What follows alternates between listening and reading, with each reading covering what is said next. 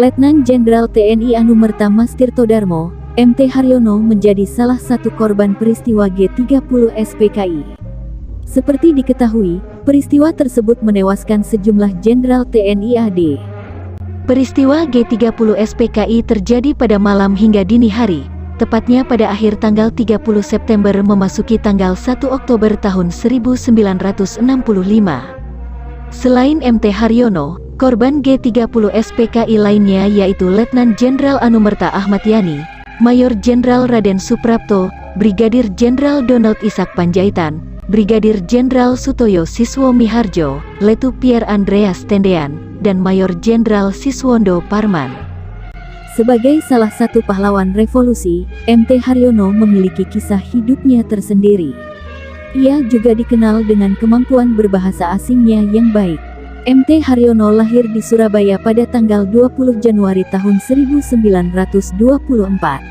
Ia mengenyam pendidikan di Europese Lagere School ELS dan melanjutkan ke Hogere Burger School atau HBS.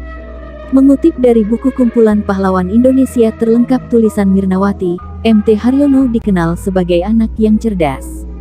Setelah menamatkan pendidikan di HBS, ia pergi ke Jakarta untuk melanjutkan studi di Sekolah Kedokteran pada masa pendudukan Jepang, Ika Daigaku. Namun, MT Haryono memilih untuk keluar dari sekolah kedokteran tersebut dan memutuskan masuk Tentara Keamanan Rakyat (TKR). Ketika bergabung ke TKR, MT Haryono memperoleh pangkat mayor. Ia juga sempat mengemban jabatan sebagai Sekretaris Dewan Pertahanan Negara, Wakil Kementerian Pertahanan Urusan Gencatan Senjata, Direktur Intendans AD, dan Deputi 3 Menteri Panglima Angkatan Darat Menpangat dengan pangkat Mayor Jenderal. MT Haryono memiliki kemampuan yang baik dalam penguasaan bahasa asing, yaitu bahasa Inggris, Belanda, dan Jerman. Tak jarang dirinya diikut-sertakan dalam perundingan dengan pihak Inggris maupun Belanda. Bahkan, ketika berlangsung konferensi meja bundar, MT Haryono ditugaskan sebagai Sekretaris Delegasi Militer Indonesia. Lika-liku MT Haryono saat menjabat sebagai Deputi 3 Menpangat.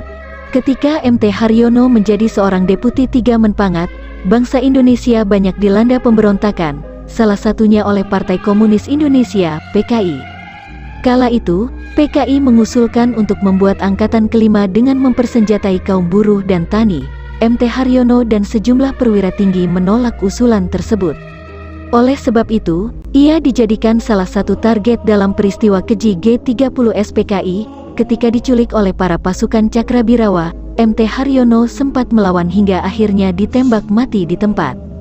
Putra Letjen MT Haryono, Rianto Nurhadi turut menceritakan peristiwa yang menewaskan sang ayah di kediamannya, tepatnya di Jalan Prambanan 8, Jakarta Pusat.